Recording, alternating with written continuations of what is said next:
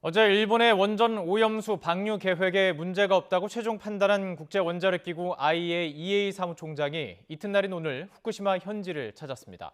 IAEA 결론의 명분을 확보한 일본은 오염수 방류 시기 결정만을 남겨놓고 있는데 일본 정부는 우선 오염수 방류를 위한 여론전에 힘을 쏟을 것으로 보입니다. 일본 현지 연결합니다. 김세호 특파원.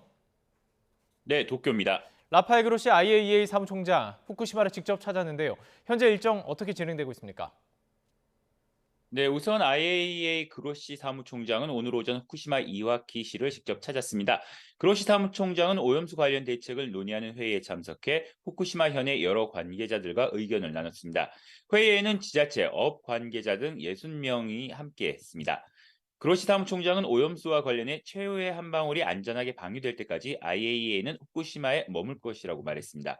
또 20년, 30년 후에도 계획대로 되는지 계속 확인하겠다고 약속했습니다. 그로시 사무총장은 오후에는 후쿠시마 제1원전을 방문해 시차를 이어가고 있습니다. 그로시 사무총장은 오염수 방류 단계에서 안전성 검토를 이어갈 IAEA 현지 사무소도 오늘 개설합니다. 그로시 사무총장은 방일 일정을 마무리한 뒤 7일부터 2박 3일 동안 우리나라를 방문합니다.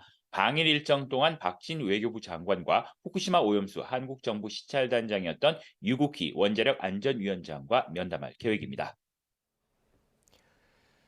이번 최종 보고서 결과로 일본으로서는 오염수를 방류할 명분을 확보한 셈인데 실제 방류 언제쯤 이뤄질까요? 네, 일본 니혼 게이자의 신문은 일본 정부가 다음 달이라도 후쿠시마 원전 오염수 해양 방류를 하도록 조율에 들어갔다고 보도했습니다. IAEA의 최종 보고서가 나온 데다 일본 원자력 규제위원회도 오는 7일 후쿠시마 오염수 방류 설비 합격증을 교부하기로 결정했습니다. 이제 언제라도 방류할 수 있는 모든 조건이 갖춰진 겁니다. 다만 일본 정부 대변인인 마스노 히로카즈 관방장관은 8월 방류 가능성과 관련해 구체적인 방류 시기는 안전성 확보와 소문 피해 대책 등 전체 상황을 판단하겠다며 말을 아끼고 있습니다.